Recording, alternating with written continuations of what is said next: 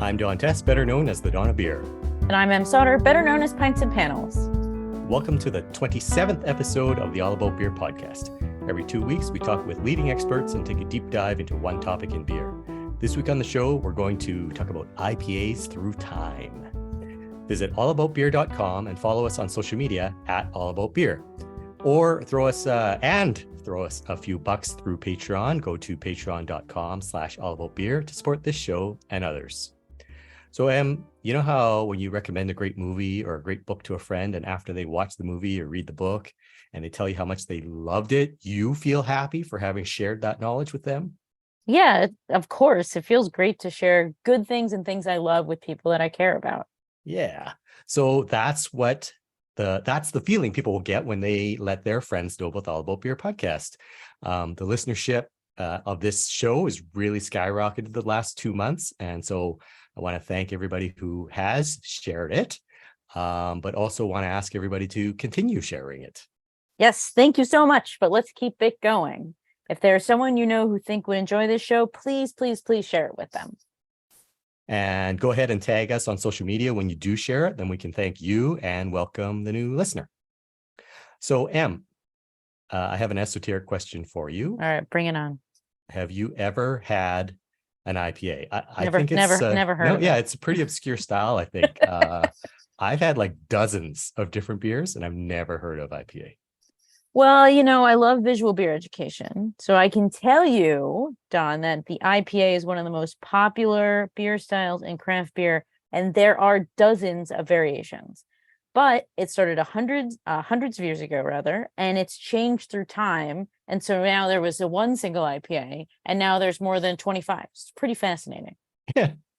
Wow. Well, I really look forward to our two guests telling us all about it. But first, here's a word from our sponsor. And if you'd like to help support the All About Beer podcast, please reach out to podcast@allaboutbeer.com. Estrella Galicia is an independent family-owned brewery in northwest Spain, founded in 1906. Estrella Galicia Cerveza Especial is a world-class lager brewed using the finest Spanish malts, locally cultivated Galician hops, and the best brewing practices made out of the state-of-the-art facility in A Coruna. Recognized around the world for quality and exceptional character, Estrella Galicia is a beer like no other. To learn more about Estrella Galicia, follow them at Estrella Galicia USA on Instagram. Looking for an easy hop sourcing experience? Yakima Valley Hops offers the finest quality hops from right here in our valley and premium growing regions around the world. Get the hops you need when you need them with ultra-fast shipping and awesome customer service. With a full line of liquid hop products and all your favorite varieties, no contracts are needed to brew with the best. Shop now at yakimavalleyhops.com. That's YAKIMA valleyhops.com. Ron Pattinson is a British beer writer and historian who lives in Amsterdam. He has wasted the last 2 decades of his twilight years researching and obsessing over many beer-related topics. On his Shut Up About Barclay Perkins blog, he writes an excruciating detail about beer history, mostly of British beer styles, with excursions across the channel into German, Austrian, Dutch, and Scandinavian beer history. The books he has authored on beer history are almost innumerable.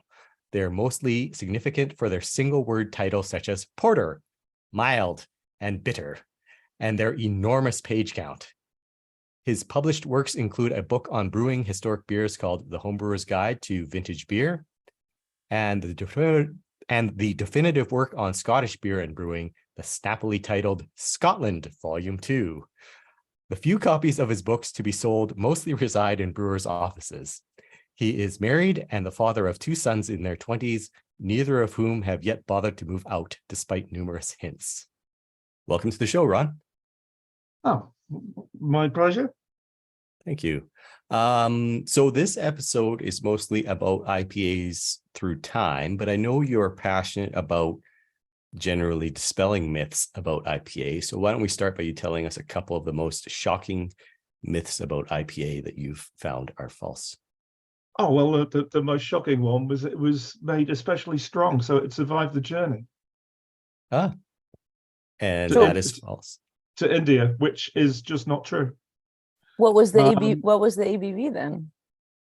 Wow, I got this. I knew this was going to come up, so I've got the I've got this ready, and I've got some stuff about early IPAs. Okay, so the first IPA I've got an actual brewing record for is from 1839, and it has an original gravity of 1057. Oh, so it's only like 5.5% or so ABV. Yeah. And I've got details of a whole load of IPAs that were exported to India in the 1840s, and lots of them are under 1050. Oh, even So lower. they're like session IPAs. Yeah, oh, sorry, not under 1050, under 1060. So you've got Oh, lots 1060. Okay. so you've got some that are as low as 1053, and these are beers which were genuinely exported to India as well. Hmm. Were I they do. were they called IPAs at that step? I thought the IPA moniker shows up in what, 1829? Yeah, these are from 1844. Okay. Okay. So these are IPAs, and this comes from the Scottish Ale Brewer, and Oh. it specifically says which ones were for export, and so it says some of them you can see are domestic ones, and some of them it says export India. So they're ones that genuinely went to India. Yeah, people get the wrong idea, but people are obsessed with it being high, particularly strong. You look at Bass's beers from the 1860s, their IPA has the second lowest OG. No, it has equal lowest OG of all the beers they brewed. And the beer that it's equal to is their weakest mild. Every other single beer they brewed had a higher OG than their IPA. So it's not that they didn't make higher alcohol beer. They deliberately No, were they didn't want shipping it the that lowest. strong. People didn't want a big heavy beer in India. That was the point.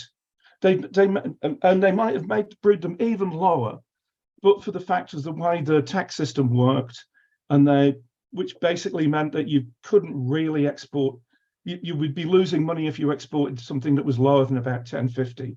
So they might well have actually exported weaker beer to India if they could have. Any evidence that they sent a beer that was 1050 or maybe slightly more than 1050 because of the tax law? Any evidence that they might have diluted it when it got to India? No, there's no evidence of that. No. Okay. So I mean, if you look at the gravities, I mean, I'm looking at this table of ones from the 1840s, and I think the lowest gravity is 1052, and the highest one is 1070. But you have to realize that that's not strong for the first half of the 19th century. You're looking at the base level mild ales with 6.5% alcohol at the time. So a beer that's 6.5-7% alcohol is not strong. It's like a middle of the road beer for the 19th century. The strong beers, they're over 1100. Right. So they're not sending those aren't going to India. So everyone who says like, oh, because I literally just wrote an article about this and I talk about sending stock ales. You're going to have to retract it. I know. And I 100% will, because when Ron says something, he's right. And he always brings receipts. And that's why I respect him. Yeah. But when you say it's a stock ale, that's still true. Okay. They were stock ales. Okay. I mean, the story I will always tell people is about Bass IPA, which is completely insane the way that they brewed it. That they brew the beer, they stick it into the hogsheads, and then they just dump it in the brewery yard and leave it there for a year, just out in the open. And then after a year, then they put it on the ship to India. Why? Well, because it's because of one of the main protections that IPA had on its journey to India was the fact that there was nothing fermentable left in it. So that year it had in the casks in the brewery yard, Britannomyces stripped out every last bit of fermentable material, so that when they stuck it on the ships, there was nothing for anything nasty to ferment anymore. And this is one of the big things about IPA in the 19th century, is the incredible rate of attenuation. And I've got analyses of Bass from the late 19th century, bottles of Bass, and the original gravity is 1065, and the finishing gravity is 1001. So it's almost 100% attenuated. Oof. I bet that was delicious. And also these people making Brett IPAs, that's just historic IPA. All IPA would have been Brett IPA. Yes, because there were stock beers. Yeah. And this is the thing, that there were stock pale ales. And so up until about the 1840s, all pale ales in England were brewed as stock pale ales, which meant that they were quite often brewed in October, and they're not actually drunk until the next summer. And you see these old adverts from British breweries where they're saying, right, this is our stock pale ale. It's guaranteed to last for a year if you don't open the cask. Mm. So it was good for a year, they said, and it was, and that would have been aged for probably at least a year before they even sent it out. It's really fun that the like original IPA is an aged beer when now people are so if it's more than a obsessed- week old. Oh yeah, Yeah. yeah. That's But so this is one of the yeah. things that I find really amusing. I'm sure you do. It's a complete reversal of the way it used to be. Yeah. And you see that running pale ales, they don't really appear until like the 1850s, and then you get the new style of pale ale gradually takes over as the 19th century goes along, and the stock pale ales fall out of favour until eventually all you've got after World War One, the only people brewing stock pale ales anymore were really brewers in Burton, where you'd still got some proper Burton IPAs being brewed. But apart from that, the stock pale ales had basically disappeared, and you've got the running beers, which are basically what modern bitter is. I see. Yeah. So running beer isn't running beer. That's not like, is that a party guile thing where they're using second? Oh, it's just this. It's just a lower alcohol version. No. It doesn't even necessarily mean lower alcohol. It just means a beer that hasn't been aged. Okay, got it. Thank you. So you get this thing where originally they're all aged, the pale ales now, and also the differentiation between IPA and pale ale is pretty much impossible to make in British beer. The terms were used randomly, and so you find that the classic English IPA from Bass was never called IPA by the brewery. They only ever called it pale ale. Huh.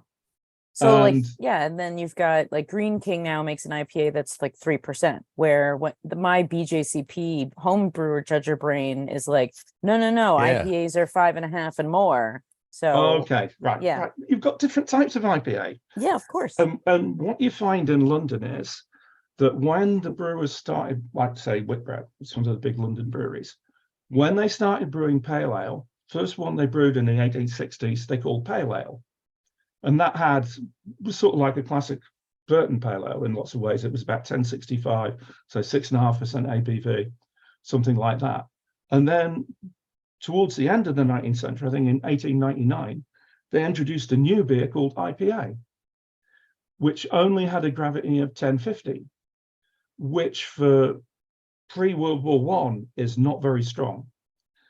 And that beer then carried on into the interwar years and became what I would call a London style of IPA, which you had there, which was a relatively low gravity bottled beer that was actually quite hoppy. The Whitbread version was quite heavily hopped, but most of the time it wasn't above 4% ABV in the interwar period. So quite a weak beer. And you have this type of bottled beer of low gravity IPA still exists. So Harvey's, one of the classic London ale breweries, British ale breweries, they brew a beer called IPA nowadays, a bottled beer that's about 3% ABV. And there's a tradition of these beers, and Green King IPA fits in with that. Okay. And it's a huge problem when you're looking at British beers to pick apart IPA and pale ale. And the only way I can do it is I go by what the brewer says. And the only exception I make to that is Bass, because I know that was an IPA. But other than that, I can only ever go by what the brewer calls it, because there's no consistency. One brewery might have the IPA as the stronger beer. That's normally the case in Burton. When you go to London, pale ale's the stronger beer and IPA's the weaker one. So the way people in the States think now in the hierarchy of ales is that IPA is stronger than pale ale. That's not always been the case. And it's an absolute nightmare, honestly, in Britain. I've just been writing some stuff about the 1970s, and there are these and these analyses I've got of British beers from the early 1970s, and I can see some of them. I know these things are actually IPAs or were originally IPAs, but they're not being called that. They're mostly just being called bitter. And I can sort of pull out some of them because I know, well, Ben Truman, that's their P1B from the 19th century. That's their equivalent of Bass Pale Ale. So that's like a classic Burton IPA, but they weren't calling it that. And virtually none of the beers that I picked out to be IPAs in the bottled collection of beers were actually marketed as IPAs. I think there's only one of the bunch that actually said IPA in the name, but I knew that the rest of them were. And it's just a nightmare. And yeah, I recently wrote something about the BJCP definition of English IPA, which was mostly just like an American's idea of what English IPA should be, rather than based on beers that have actually ever been brewed in the UK. It feels to me like when I see the BJCP version of English IPA, it's what American brewers brew that style to. Yeah. Yes. Which is just an American IPA with a little more crystal and malt, and then And Goldings English, and Fuggles. yeah, and Fuggles and some Maris Otter. But crystal malt. God, no, you know, crystal malt in pale ales. I love your reaction. I'm telling you what It's okay. It's an Go ahead, Ray. incredibly recent thing. I've not found a single IPA or pale ale before World War I that had crystal malt in it. When does crystal malt show up in malt technology? Actually, do you know the answer to that? Late 19th century. Okay. Oh, okay. So it's it was specifically developed for mild. I will hold on a second. I'm sorry to interrupt you. I will retract my crystal malt statement, because I'm reading the BJCP 2021 English IPA. It says pale ale malt, English hops, attenuative British ale yeast, refined sugar may be used, optional sulfate character. So there is no mention of crystal malt. So Gordon Strong, if you're listening, I'm sorry. So yeah, so crystal malt, but only really turns up after World War II in pale ales. You get it a bit between the wars, but not much. You know, it's a fairly recent thing. And I think it's people trying to compensate for the fall in gravity is why they started putting it into pale ale recipes. Oh, I see. Okay, there's a lot to digest there. I know. I love it. Talking to Ron is like talking to a dictionary that like talks back to you, or an encyclopedia, and it makes me very pleased. Blew my mind with the very first thing you said. Okay, so the typical craft beer drinker today thinks of IPA as high alcohol, highly hopped. So you've blown the high alcohol thing out of the water. Highly hopped, yes? Yes, because they were stock ales and they were meant for export. So the longer a beer was meant to be kept before it was sold, the more hops they threw in it. Were things like concepts like dry hopping a thing, or would it just be very bitter? Okay, so they would have been dry hopped. Yeah. But most British beers were dry hopped.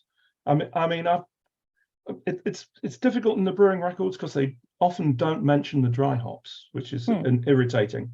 But in the ones where they do, I've seen breweries that were dry hopping everything. Well, Tetley's, which is one of my favorite beers when I was younger, which was a big industrial brewery. They were dry hopping their mild in the 1980s. Wow. When does dry hopping show up in your brewing records? Like if people are always doing it, but when does it start? It's early 20th century, I think, the first time that I've seen it actually mentioned. Maybe late 19th. Okay. I think the William Youngers ones, they give the dry hops. And again, this is something else. So this is Youngers, which is a Scottish brewery, and they were dry hopping Scotch ales. Ooh, I want one of those.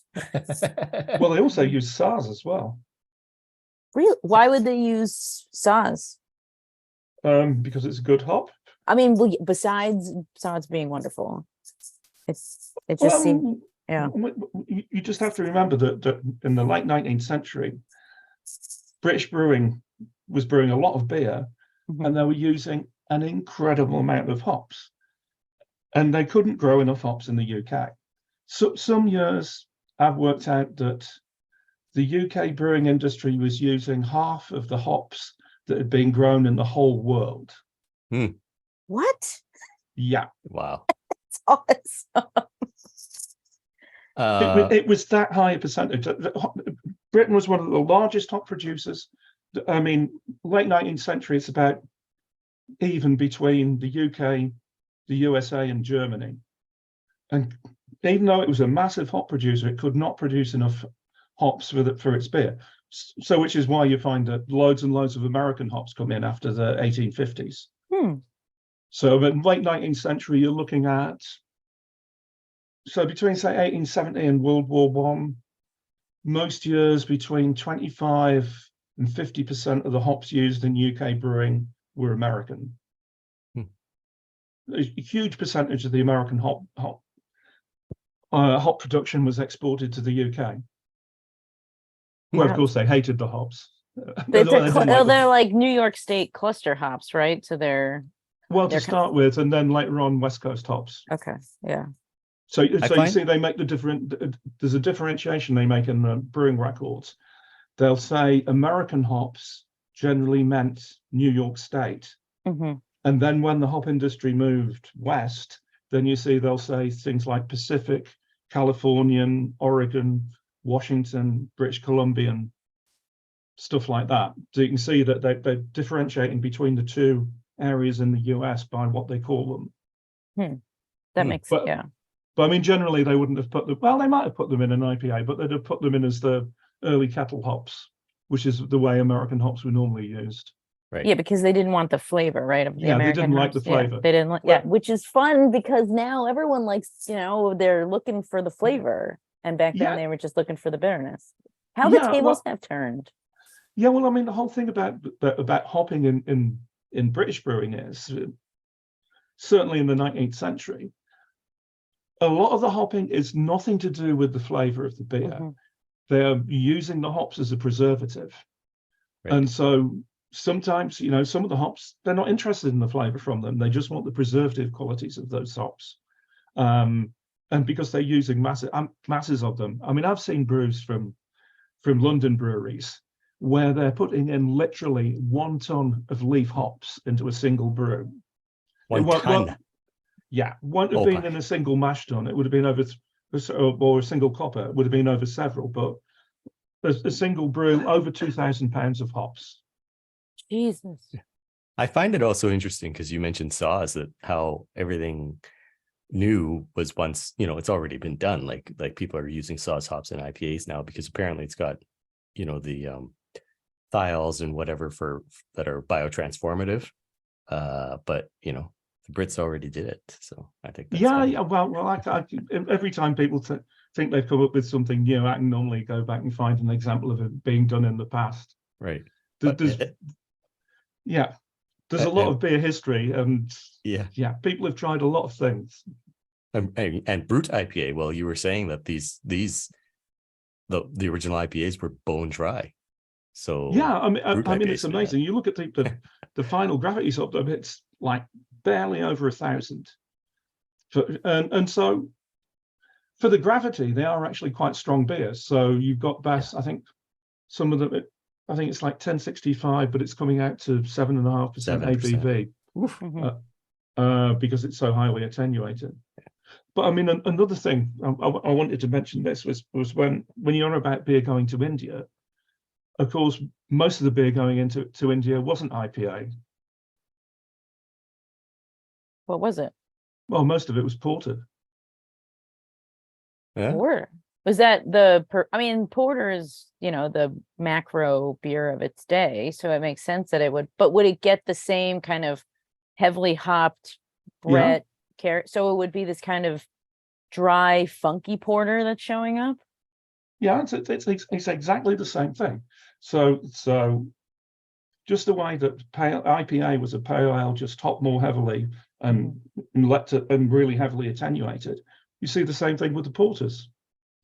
So I mean, the way I know how much more porter went than IPA is because I've seen the advertisements that the East India Company put in newspapers asking for tenders to supply beer. And usually the quantity of porter they're asking for is 2 to 3 times as much as the quantity of pale ale. Pale ale. Huh.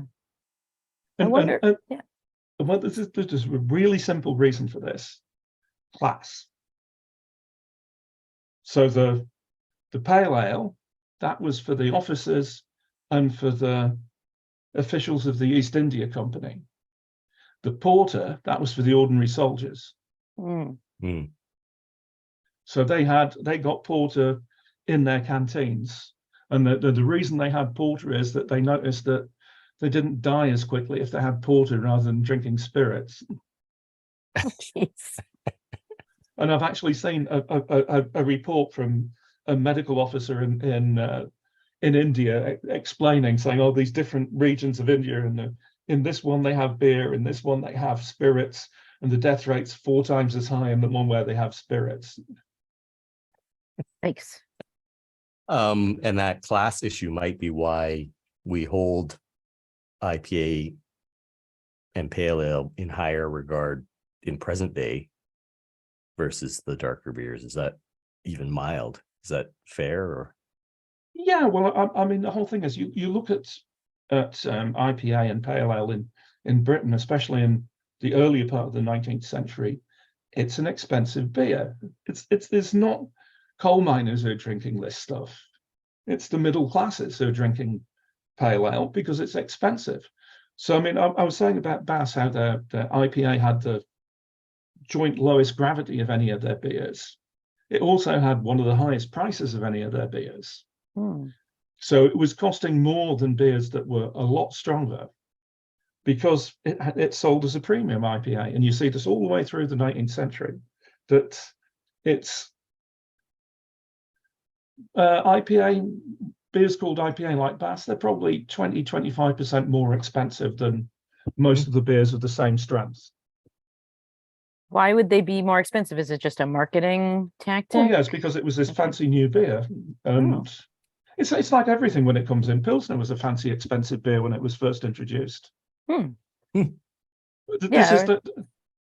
is often the route that beers take, that they start off as something exclusive and special, and it's an aspirational thing, and people want to drink it. Mm-hmm. And then brewers gradually corrupt it as time goes on so they can make it cheaper. Hefeweizen is the same way. Yeah. Because the wheat beers are brewed by royalty, and that's what everyone, all the like higher classes drink, and then gradually it goes through the classes, and then wheat beer proliferates, and then dark beers show up. So yeah, I guess it's very interesting how marketing through time and class through time is it's age old. It's ageless. It's ageless. So yeah, I mean, I love looking at the way fashions in beer go over time.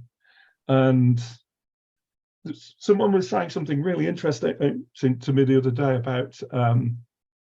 about lager, that it seems to be getting the thing that's a death knell for any beer style, which seems to be getting to be associated with old men, which is normally when a beer style is just about to die. Kind of like how mild like in mild, the 50s. Yeah, or milk stout. Well, milk stout was even worse. That was the stuff that grannies drank. Oh. I'm amazed that milk stouts managed to make a comeback. Everything that's old is new. Like the dark mild trend in America right now is quite, not, I wouldn't say strong, but there's a fair amount of breweries brewing dark milds, and I'm very happy with it as a dark beer lover and beer geek. But yeah, it'll be interesting. What do you think the future of like hazy, and what the future of just IPA in general? Where do you see that? Where's it going? Where's it going? I'm sure you get asked that question constantly. I think they've almost flogged it to death, to be honest. It's like just calling everything some type of IPA. And just what I was saying about milk stout and mild. IPA is going to end up like that as well. And when beers go out of fashion, when they have the wrong association, it's remarkable how quickly the sales can fall off. Absolutely. I mean, mild went from 50% of UK beer production in 1960 to 17% in 1970. Oh, wow. Wow. 10 years. Yeah. And then put another 10 years on that, and it's down to 8%. Oh, wow. So if you were drinking a dark mild in like 1981, let's say, Yeah. you were in the very, very, like very small minority. Well, you were probably in the West Midlands. Or it was regional. Yeah. Right. Yeah. So there'd be places where, I mean, some bits of the north as well, but very patchy. I mean, even when I started drinking in the mid-70s, there were parts of the country where there was virtually no mild. So London, it was pretty much dead by then, northeast of England as well. I'm going to stock up on hazy IPAs because I might not be able to get them. No, yeah, I think we're okay for Hazy IPAs. a while. I got a 10-year supply. One thing I'll throw in about this, about hazy IPAs, right? Every time I'm in the US, I ask every single brewer I meet, professional brewer, what they think of a hazy IPAs, right? And do you know how many I've got to say like them? Probably not a lot. Not one. What? I like gotta be them, one. but I'm not I a like them. brewer. But I like professional them. brewers, honestly, every single one I've asked, none of them like them. They all think they're crap, and they only brew them because they have to. They sell. I've noticed anytime I do IPA content on social media, I get so much more conversation, engagement. Thank you, Don. Than let's say like me talking about, sadly, like Schwarzbier. But I mean, I also love all beer. I can't help myself. But yeah, no, I mean, it's brewers. When you go to a brewery and you're visiting brewers want lagers now.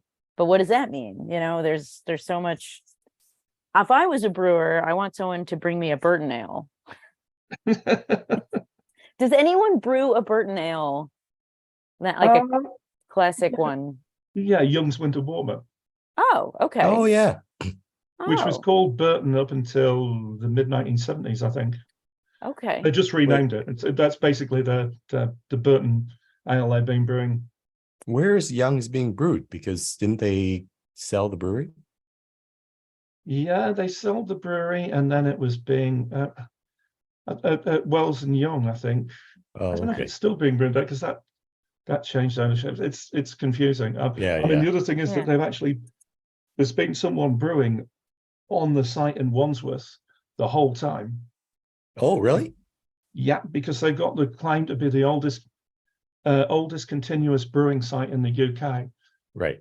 And so someone didn't want them to lose that, so they've been brewing there all the time, just like, I don't know, 20 gallons at a time. Oh, I didn't realize that.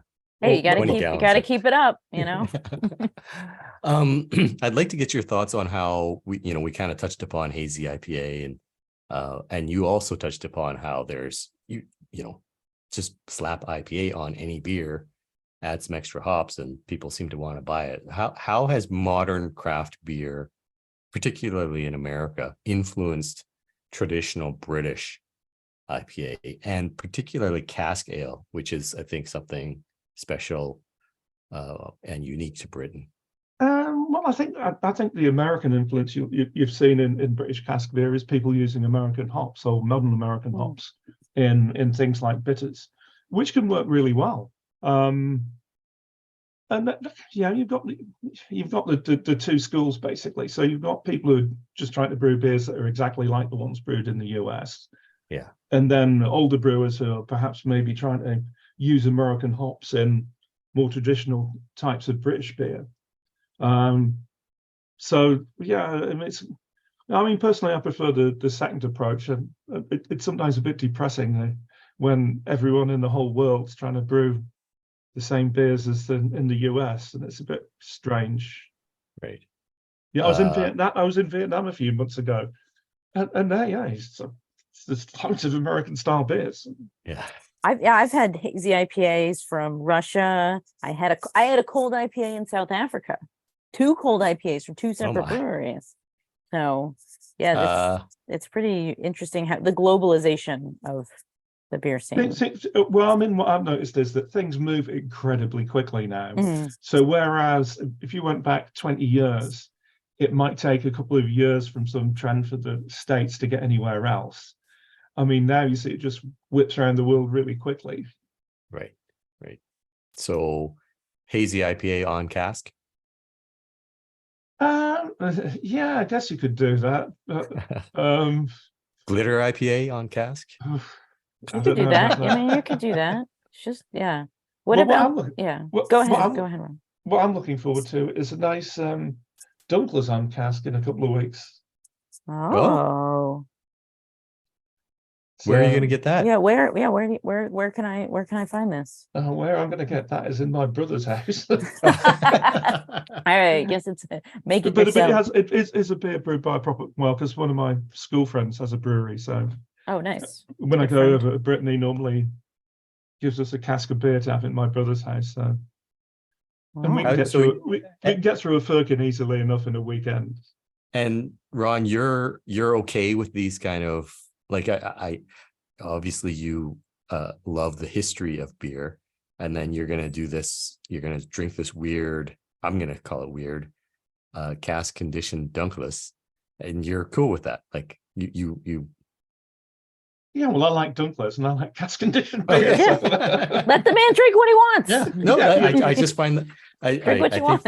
I think a lot of people think of historians as being anti-modernization or anti-experimentation. No, you see, that's not the case at all. The thing for me is that I find it interesting how beer is developing and how beer styles are developing. So it doesn't. Yeah, I expect it to be change. That's just the way it works, and. Yeah. You know, and the more I've studied history, and the further you go back, the more you see how everything's cyclical. So beer styles come and they go, you know. Yeah. Style turns up, becomes incredibly popular, and then slowly fades away. And it keeps happening over history. So, I mean, yeah, it's interesting to see the new beers coming up. I mean, I would say what interests me most at the moment is what's going to replace pale lager as the world's most popular style. You think that's going to happen? Well, it's happened every time in the past, so I don't see why Pilsner should be any exception. Yeah. Glitter mild is going to do it. Glitter that would be weird. Heineken glitter mild. Yes. 0-0. Heineken glitter mild. I was going to actually the only thing I could see is at the proliferation of I just butchered that word of non-alcoholic beers. How there's so many, the pale lager NA beers are really popular, which I mean, you know, and then how does that change over time? And well, that's cool. Right. Yeah. This has happened since I've been drinking, I think 3 or 4 times. Oh, okay. So this is, yeah. And there's this thing for non-alcoholic beer, and it comes and it goes. Okay. Interesting. I would say at the moment it looks like it's found a niche, but how big it's ever going to get, I don't know. Okay. There's probably more scope for just lower alcohol beers, I would have said. Yeah, which mostly British. I mean, I think maybe that's why the breweries in America are gravitating. That's why I'm seeing more dark milds. It's really great to see a 3.8% beer on a tap board at a brewery in America, because there are a lot of breweries where you go and you're like, cool, everything's above 7. Like, yeah, I have to operate a car. That amazes me sometimes. I mean, a couple of times I've been in the States, I haven't been impressed with the range of beers in most beer bars. It's been, what's that I said? The way I summed this up, it's either IPA, cloudy IPA with shit in it, sour beer, Double dry hop. Sour beer, yeah. Yeah. sour beer with lactose and shit in it, Pilsner. Hey, at least there's pills. Yeah. And so there'd be like Pilsner. one lager, and all the rest would Yeah. just be sour and IPAs. Ron, was just be thankful it wasn't a lactose pilsner. That doesn't exist. I've never Yes, seen it that does before. exist. I've Oh, had It does I'm one. sure exist, but people have done I'm it. sure, yeah, but I've never. That's yeah. That's right. I have a question. What about the new? I know in the UK there's lots of new hops like Jester and Olicana that are brewed to grown rather to mimic like the fruitiness. How do you think that plays into the future and the past of the IPA? Well, I guess, but I mean, one of the things I've often said to people is that most of the true innovation that there's been in beer in the last 30 years has come from the hop breeders. Mm. And that's where genuinely new flavors have come from. It's from people breeding, different hops with different flavors in them. So, I mean, yeah, a style of beer like IPA, where it's all about hops, I'm sure it's going to be very important, the development of all the new varieties. But I mean, it's not just in the UK. You see in Germany, they've been breeding new varieties as well. Yeah, that Hallertau Blanc gets me. That's my favorite hop. Okay, Really? I've never tasted that. It's like straight pineapple. Oh, right. It's really, really lovely. That's what I get. I get pineapple in it, and it's a lot, especially with IPAs. Like it's beautiful.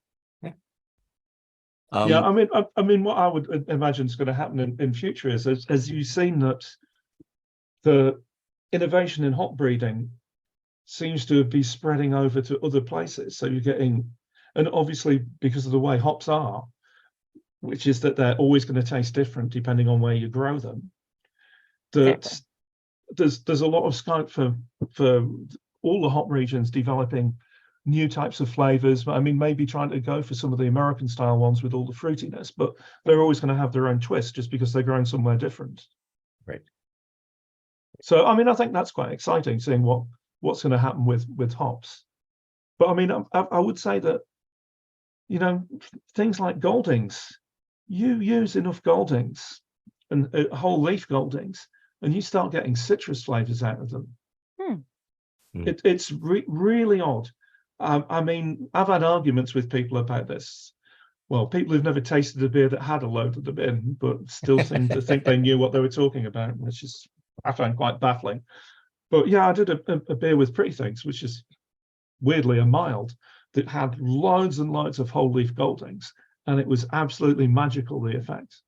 And they rebrewed the beer and did it with pellet hops, and it wasn't the same. That is fascinating. Love that.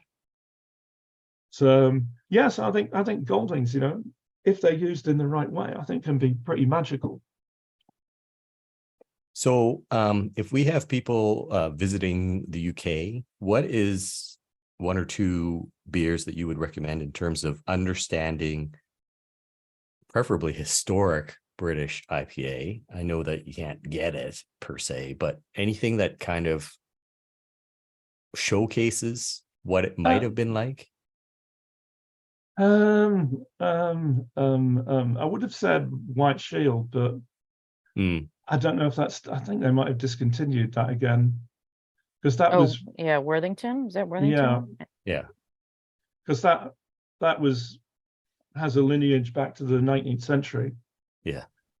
I mean, that was also the same beer as, for a while, you had Bass Red Triangle and Worthington White Shield that were the same beer. So you could argue that Worthington White Shield is like the successor to Bass Red Triangle. So, Thornbridge. I mean, I quite like Jaipur, but yes, but that's sort of quite a modern style of IPA. Yeah, it is quite delicious though. It is very good. Yeah, I do like Jaipur, and it works very nicely on cask. I tell you what else I had. Fresh squeezed IPA I had on cask once.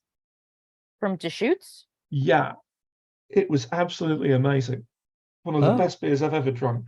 Oh, wow. Huh. and people say IPAs don't work on cask. Not sure all that was so good.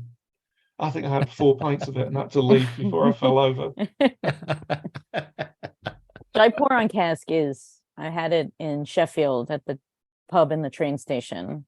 Oh, right, that's really nice, isn't it? It's very yeah. I did a pub tour of Sheffield with Matt Curtis, and he insisted the minute we got to Sheffield that was our first was a half of Jaipur at the train station, and it was excellent. So it really set the mood for a wonderful day of drinking in Sheffield. So Oh, Sheffield's really brilliant for pubs. that was that was a wonderful experience. I got to go back to. Did you go to St. Mars of the Desert? Oh yeah, the new I call it new pretty things because in my head, and they had they gave me a bunch of cans, and they had their barley wine, and I got to share it with a bunch of people back in, because when Pretty Things closed, it was very sad. So, but no. All right. Anyway, sorry, we're not talking about IPA anymore. Yeah, but the beer I was on about with all the Goldings in, that was the first beer I did with Pretty Things. Yes, which is, are you going to do anything with St. Mars, their new brewery in Sheffield, or do they? Yeah, I mean they've rebrewed that recipe, the strong mild one, but no, it didn't work out as strong. I think it was only about 8%, because the original was 10.5. Yeah, only 8%. So. But yeah, well, hopefully I might be going there in a couple of weeks because I'm over in the UK and I want to go up and see Dan and Martha. So they're very nice people, yeah. So yeah. No, I've known them quite a long while. Well, I've known them before Pretty Things even. Oh well, yeah. They're super people. All right, we're not talking about IPA anymore. So sorry, Don, do you have any more questions? No, that was my last question. So we're basically just Ron and I talk for the next hour about non-beer related. Like beer related stuff. So the answer to the last question was Jaipur. Is that kind of the or Worthington White Shield if you can get it? Is that? Yeah, if you can get it. Yeah. Or if you're at, after Draft Bass as well. Yeah. That's true. Yeah, because you can't get Draft Bass in America, I don't believe, but you can. But I mean the Bass they sold in the States was a different beer. Yeah, you can get Draft Bass because I had it at CVC in Minneapolis. But yeah, no, I've never had Draft UK Bass. It looks lovely. Yeah, it can be a really good beer, but yeah, it used to be better when it still went through the unions. But I mean, the stupid thing is they could actually put it through union sets again now, because it's brewed at Marston's and they're the only people who've got a union set. Right. That's true. And talking about a Burton Union is a discussion for another day, probably. But another bit to say would be Marston's Pedigree, which is put through union sets, and I think the only pale ale that is. And you can buy that. You can get that in the UK. Marston's Pedigree. Yeah. Oh yeah, because that'll be brewed outside of London. Yeah. Okay. Yeah. And people were saying it didn't really have the Burton character anymore, because I know last time I drank it, which was probably about 10 years or so, it had the genuine Burton farty smell, which you should get from a proper Burton pale ale. Loads of sulfur dioxide. Delicious. Yeah. Which is a strange thing, but Burton Snatch. I'm not sure. Burton Snatch. Yeah, I'm not sure it has that anymore, which would be a real shame if it doesn't. Huh. Awesome. Ron, if people want to read your latest writing and follow you, what are your social media handles, or how can people get in touch with you? Well, Shut Up About Barclay Perkins is my blog. So, I mean, it's got a fairly distinctive name, so I think it's fairly easy to find. And I've got lots of books. I mean, I've just released a couple of books. I mean, one on the history of London Stout, and another on brewing during World War II. Awesome. Thank you, Ron. Well, thank you so much for joining us today, Ron. We really appreciate it. Okay, well, it's been fun. Yeah. All right. Cheers. Okay, Ron. Estrella Galicia is an independent family-owned brewery in northwest Spain, founded in 1906. Estrella Galicia Cerveza Especial is a world-class lager brewed using the finest Spanish malts, locally cultivated Galician hops, and the best brewing practices made out of the state-of-the-art facility in A Coruna. Recognized around the world for quality and exceptional character, Estrella Galicia is a beer like no other. To learn more about Estrella Galicia, follow them at Estrella Galicia USA on Instagram. All About Beer is back, and we're asking for your support to help provide the independent beer media this rich and colorful industry deserves. Visit our website, allaboutbeer.com, where we're frequently posting new content. And please consider throwing us a few bucks at patreon.com/allaboutbeer. We have low-cost memberships for individuals and small and large companies alike. Every dollar goes to help produce new articles and podcasts. Looking for an easy hop sourcing experience? Yakima Valley Hops offers the finest quality hops from right here in our valley and premium growing regions around the world. Get the hops you need when you need them with ultra-fast shipping and awesome customer service. With a full line of liquid hop products and all your favorite varieties, no contracts are needed to brew with the best. Shop now at yakimavalleyhops.com. That's YAKIMA valleyhops.com. Mike Karnowski is the owner brewer at Zebulon Artisanal Ales in Weaverville, North Carolina, that he runs with his wife, Gabrielle. He is the author of Homebrew, Beyond the Basics, a homebrewer since 1986 and a historic beer enthusiast. Welcome to the show, Mike. Thank you. Glad to be here. So tell us, I guess, a little bit about Zebulon. And in particular, I know that you like to make historic styles. So maybe tell us some interesting historic IPAs that you've made. Last year, we did a box set of 6 historical IPAs following the trajectory, the rise and fall of English IPA. And we followed it starting from like a late 1700s IPA and then all the way through the World Wars and post-World War. It's really doesn't exist other than name. You know what I mean? They would use IPA, but it really was a 3.5% golden bitter with 20 to 30 IBUs. You know, it was far cry from what it was. And then finished up with the rebirth of it on the west coast of the U.S. with Liberty Ale in 1974. Oh, wow. So you cover, if my math is right, almost 300 years of history in 6 beers. Yeah. It's fun to drink along with history lessons for sure. So can you tell us, like, I guess what the time periods were of those 6 periods and then 6 beers, sorry. And then I assume that the evolution of beer is gradual. And so how do you say, okay, this is one historic IPA, and then, you know, whatever it is, 70 years later, it's evolved enough that I can call this another IPA, et cetera, et cetera. Well, if you're talking about the early period, like 1700s to the 1800s, not a lot is changing. I mean, I don't want to go too deep into it, but even the words ale and beer become very problematic in the 1700s, in that beer was a hopped malt beverage, and ale was a non-hopped. So pale ale, you know, if you're talking, you know, early 1700s, that doesn't have any hops in it at all. It would have been called pale beer. And eventually ale fell out of favor and everything just started becoming called ale. But in the 1700s, early 1800s, IPA, well, it would have just been pale ale. I think that's one thing we need to get out of the way right away, was that IPA was not a specific beer brewed to ship to India. They were just sending pale ale over there. Yeah. And pale ale in the 1700s, early 1800s, was just 100% pale malt and a boatload of traditional hops. And then it was put into barrels where it would undergo a secondary fermentation with Brettanomyces for a full year before they would even put it on the ship to send it to India. So the idea that this would be a year and a half,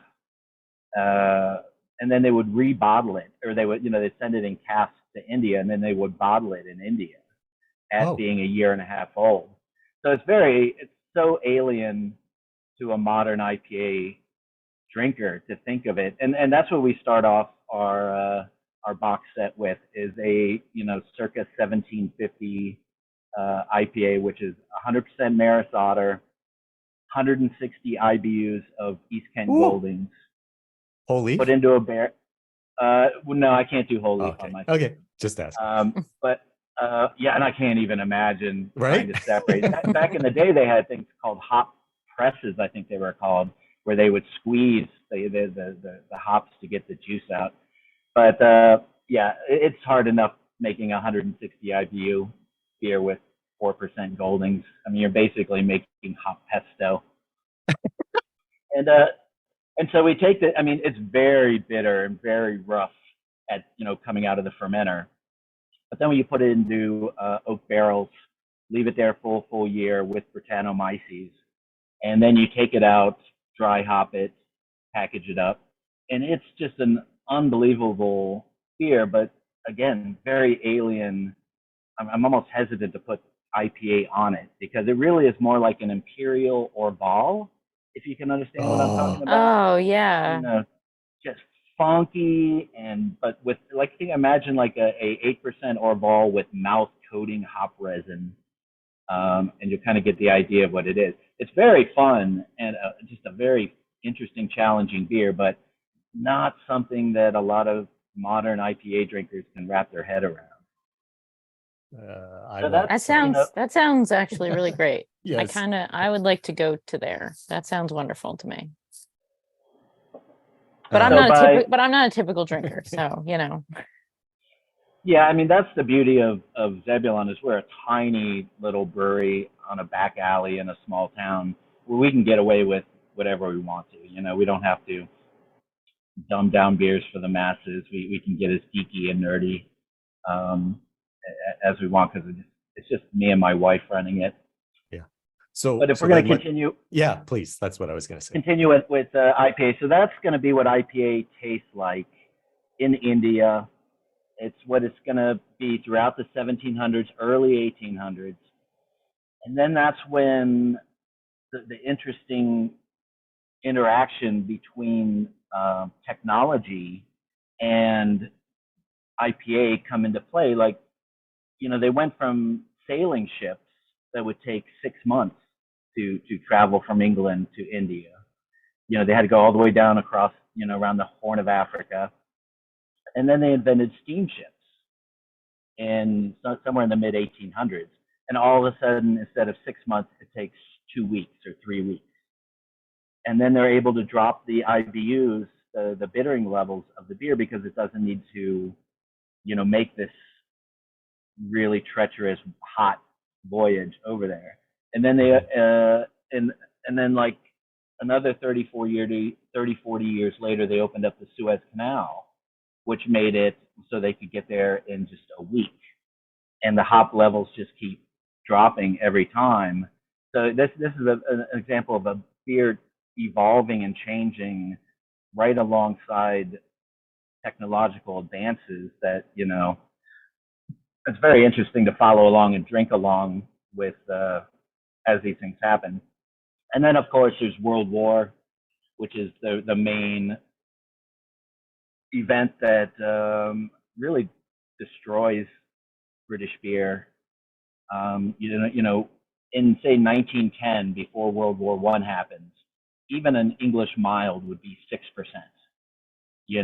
That's a starting point. 6, 7, 8% was the strength of English beers before World War I. And then 10 years later, after World War I ended, everything's half of what it was. And it really never recovers. It gets a little bump in between World War I and World War II, but and World War II, it goes back down again. And at that point, it's done. A mild that was 6%, 50 years earlier is now a 3.5%er. And IPA post World Wars, it really doesn't exist. They haven't sent pale ale to India for decades, and they've given up on the barrel aging with Brett 100 years earlier. So this is all, in the 1950s, an average IPA was just a very boring, golden bitter. with 20 to 30 IBUs. That was all. It was just a name. It didn't mean anything at all. It definitely didn't have any connection with the crazy IPA we were talking about that started it all off in the 1700s. Mm-hmm. That's awesome. Sort of like today, where IPA doesn't really mean anything. Just kidding. Yeah, I mean, now we're in the golden age of IPA with lactose fruited sour IPAs, right? There are, I think that I counted, there's over 25 different varieties of IPA. In the BJCP Yeah. or No, in the Oh, BJCP, I think there's like 12 or okay. 10. But if anything, we can console ourselves knowing that IPA has been a fairly meaningless term for almost 100 years. What's it? Yeah, because it's a marketing term as well, and it's Yeah, still it was a marketing term in 1940. It's a marketing term today. So Yeah. it's been a long time in the meaningless sort of. Not meaningless. I mean, it means whatever it means in the time and age that you're in. You know what you're ordering. They knew in 1955 that if they ordered an IPA, it was just going to be a refreshing cask bitter. I'm not sure what I'm going to get when I order an IPA nowadays. I have to read the fine print. So thank you. I never really thought about those technological, steamship versus sailing ship and the Suez Canal. So I appreciate that. Not just time though, would geography have played into this at all? And what I'm thinking is maybe some brewers in Britain have easier access to certain hops or Maris Otter versus Golden Promise or whatever. Was geography a factor as well or not? Only in the sense of getting the beer out to India. Okay. You know what I mean? So if you were an inland brewery, you were not one of the ones making beer for export. The breweries like Bass Ale were right there on the I don't know, is it the Thames or a main river that leads to the ocean. Right. Burton on Trent, right? So Trent would be the Trent river. yeah.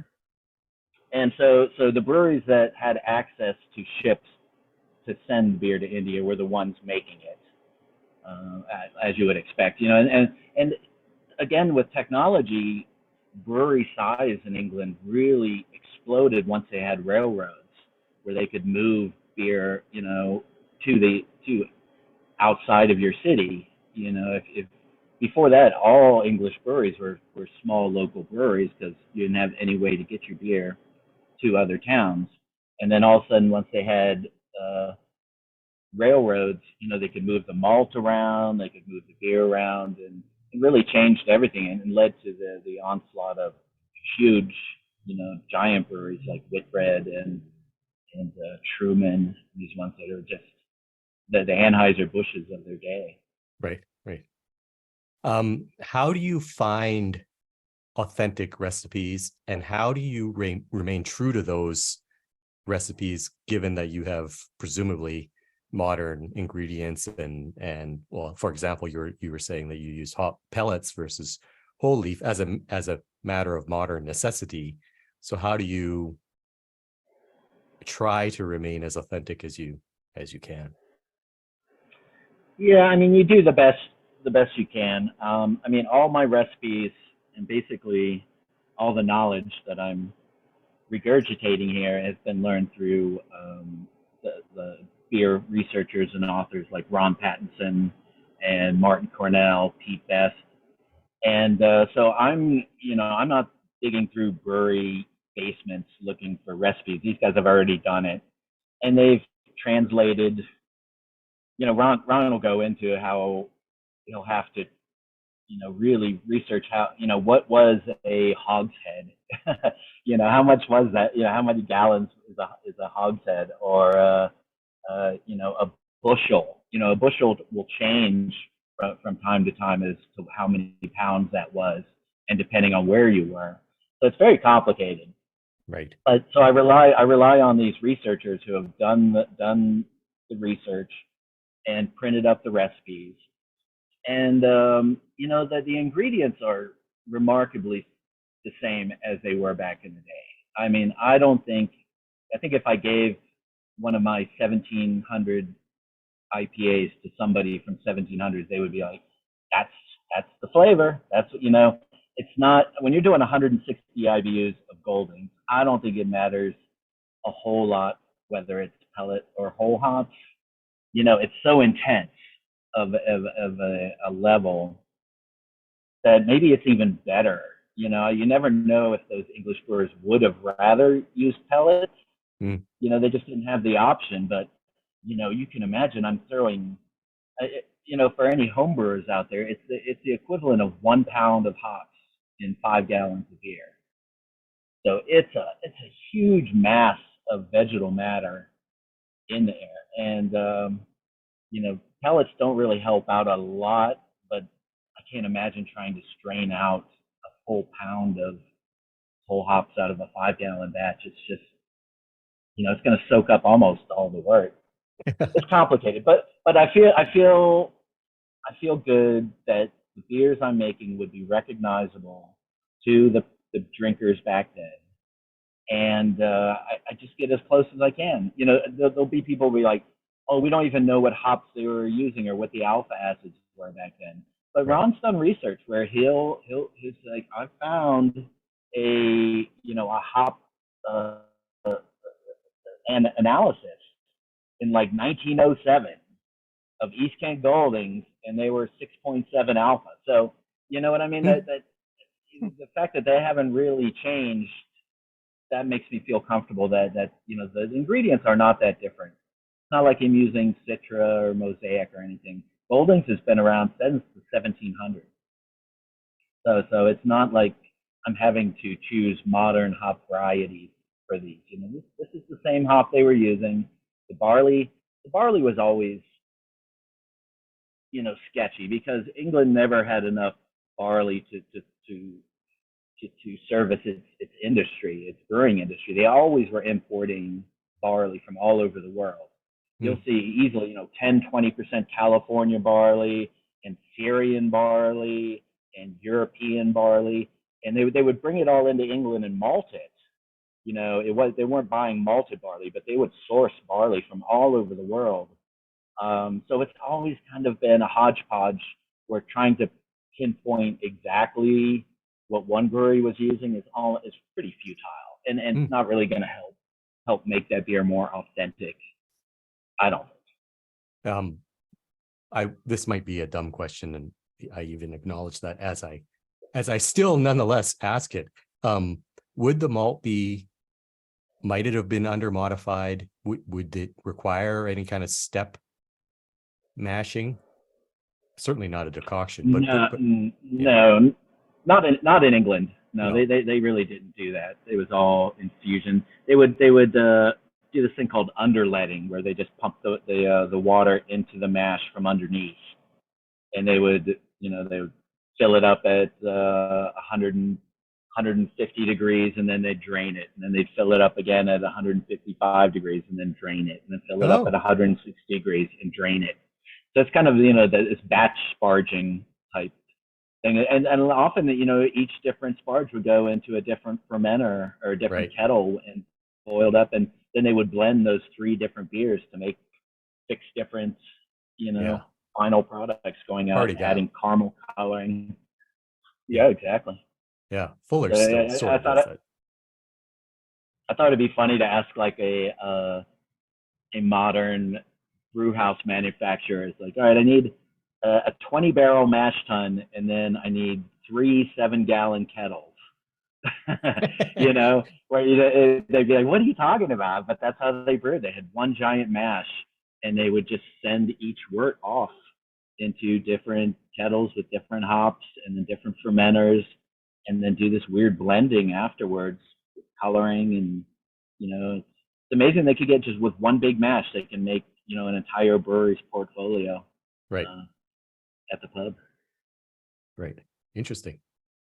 Em, did you have any questions? I do, actually. So when you're making these, are you are you talking to Ron Pattinson or Martin Cornell, or are you just using their literature to make stuff? So Because No, they're pretty available. I always find Ron likes to make sure that people are doing when they're doing beer history. You know, he makes himself available. So Yeah, we've brought Ron to town 4 or 5 times over the oh last wow. 8-9 years. Even when I was brewing at Green Man, we brought him into town and did a whole evolution of English mild lecture with associated pours of historical milds. And we've done that 4 or 5 times, I think, over the years. And we're planning on one next year for Asheville Beer Week, which is going to be really fun. We're going to turn Zebulon into an English pub in the middle of World War II, where we're going to have bombers going over and the smell of gunpowder in the air. And I'd love to get a World War II reenactment out in front of the brewery. But, you know, the idea, drinking in World War II at pubs was a very strange experience. I mean, the government was shutting down the pubs for other than just an hour or two in the afternoon and an hour or two at evening. All the beer gravities were legislated, you know, down, down, down. So it's going to be a weird event because I try to think of people who are just coming here to try our normal beers, and they come in and there's just bombs going off and the dogs are freaking out. And it's 8 beers and they're all 3% or under. You know, I'm like, you know what, but it'll be fun to do it. And when those people go home to Florida or wherever, I think they'll forget all about the 20 hazy pale IPA breweries they went to, and they'll be like, what was that one that had the bombs going off? And all the beer was so watery or something. You know, but that's the kind of stuff I can get away with being a tiny little brewery. It's like owning a tiny record label. You know what I mean? You're responsible for putting out the weirdo stuff. You know, nobody else is going to do it if you don't do it. So that's our plan. Yeah, bringing Ron in. He's got a new set of books out called Blitzkrieg, and it's English brewing during World War II. And there's the history part is like a 400-page book, and then the recipes are a separate book. It's like almost 800 pages. Oh my goodness. They're monsters. Some of Ron's books, he likes to sign them as being like, you can use this as a weapon. Because you know, they're huge. Like his porter book is great. It's over 800 pages, I think. And it's just, you know, the entire rise and fall of porter, full of recipes and everything. We're lucky to have Ron doing all this work for sure. You don't need bombs going off. You just drop his books on the floor. Yeah, for sure. Please reserve 2 spots for M and I. We will be there. Oh yeah, that would be awesome. Okay, so you know, we did speak with Ron Pattinson as well, and we can tell from talking to him, and I can tell from talking to you, you're very passionate about this. Why do you think? How did you get infected by this historic beer bug? What do you find interesting about it? And then I guess for the modern drinker, what do you hope they'll take away from drinking your beers? That was a lot of questions in one. You know, the overall answer is that I want people to know that beer was always good. You know what I mean? I want to throw respect to the brewers of the past. You know, they were always making the best beer they could, and just because it's, you know, from 200 years ago doesn't mean it was sour or smoky or weird. That some of these beers are delicious and are as good as a modern equivalent. And also, I think it's important to ground if you're somebody who's very geeky about beer, to know what, like, say you really want to understand IPAs, it's good to know what the starting point was, you know, and then you can go off and, you know, explore the West Coast 1990s IPAs. You can go and do the hazies, you can do the milkshakes, but to know that how it all started was, you know, a funky barrel-aged, you know, monster That never hurts anybody to ground themselves, calibrate themselves. And I like being able to produce these, I guess, calibratable beers or something. If for nothing else, you can say, I know what porter tasted like in 1850. You know, and what that seems much more important to me than making yet another lactose, vanilla, candy bar porter. You know what I mean?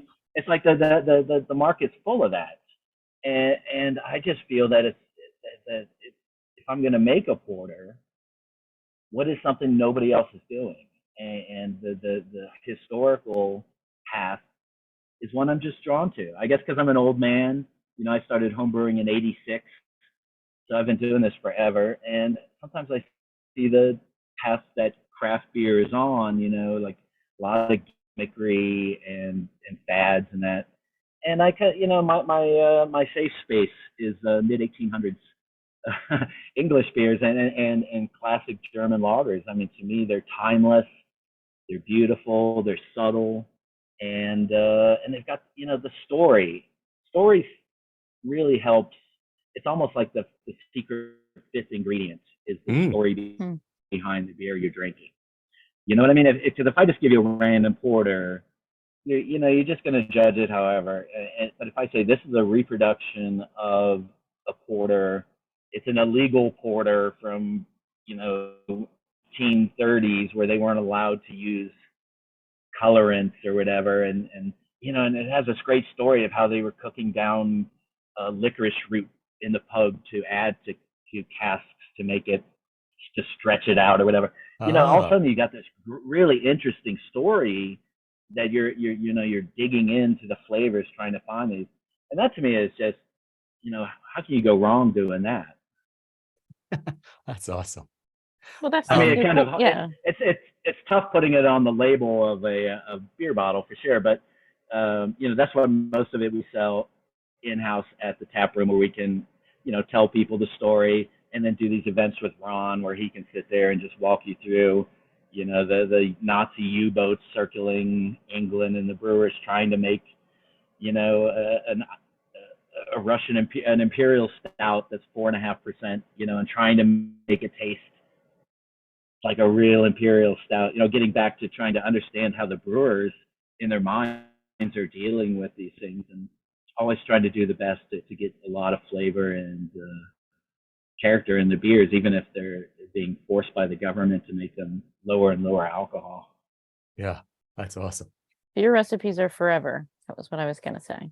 You know, you can always go back and relive a little history by brewing these beers, which you do, which is very cool. Yeah, it is. And it gets me off the hook too. If people don't like it, I just tell them, hey, it's not my beer. It's some brewers from 1860. You know. Yes. Hey, go get in your time machine and go talk to them. and tell me, and tell me I'm doing it wrong.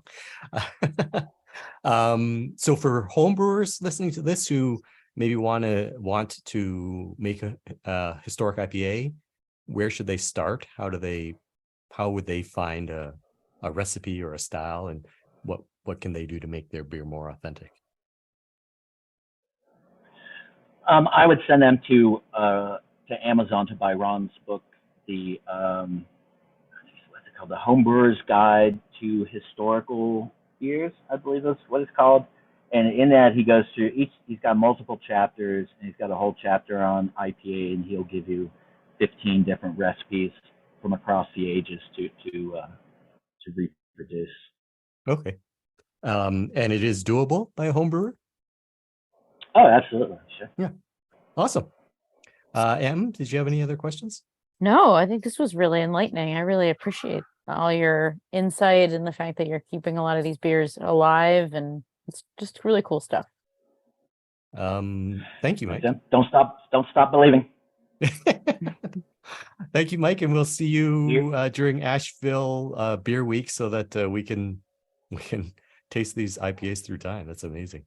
Yeah, and if anyone wants to learn more about you, how can they? Sorry to interrupt. How can they get in touch with you?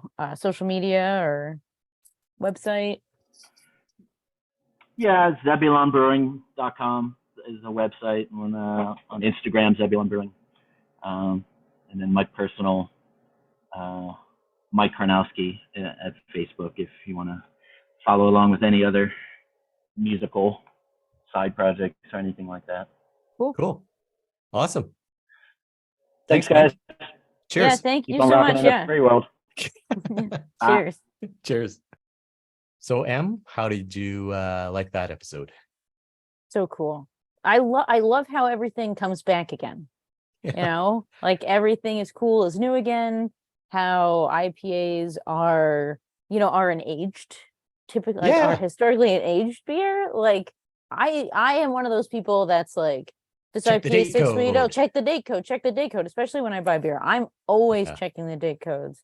And the fact that this beer just sat outside for a With year, Brett. with Brett before they put it on a boat, like that's And then that's, that's 6 more weeks or 6 months or whatever. Yeah. yeah, whenever. Like it's just in really the heat. cool. Yeah. Right. Very, very, very like very cool stuff. Cold It supply chain. made me appreciate IPAs even more, even though they are essentially it's a marketing phrase, but in a marketing phrase that spanned now more than 25 different styles. I almost think that IPA is its own. It's like ales. It's under that like ales. So it's like IPAs, stouts, porters. Right. It's a catch-all. It's not a catch-all, but like it almost has Umbrella. its own umbrella. Yeah. Because there's just so many of them, especially with celebrating IPA Day that we had recently. Like I counted all the ones I could think of, and there are a lot. And now I feel better about myself that in my own personal beer cellar, I have IPAs that are like years and years old because I just didn't get around to them. So Or maybe you should have. I would go have one. I'm going to go drink those right now. So please visit allaboutbeer.com and follow us on social media at allaboutbeer. And if you're feeling generous, please visit patreon.com/allaboutbeer to support this show and others. If you have questions for the experts or suggestions for the show, please email us at podcast@allaboutbeer.com. That's also the email for feedback, suggestions, and to inquire about supporting this show through advertising. Speaking of advertising, here's a short word from our sponsors. Looking for an easy hop sourcing experience? Yakima Valley Hops offers the finest quality hops from right here in our valley and premium growing regions around the world. Get the hops you need when you need them with ultra-fast shipping and awesome customer service. With a full line of liquid hop products and all your favorite varieties, no contracts are needed to brew with the best. Shop now at yakimavalleyhops.com. That's YAKIMA valleyhops.com. All About Beer is back, and we're asking for your support to help provide the independent beer media this rich and colorful industry deserves. Visit our website, allaboutbeer.com, where we're frequently posting new content.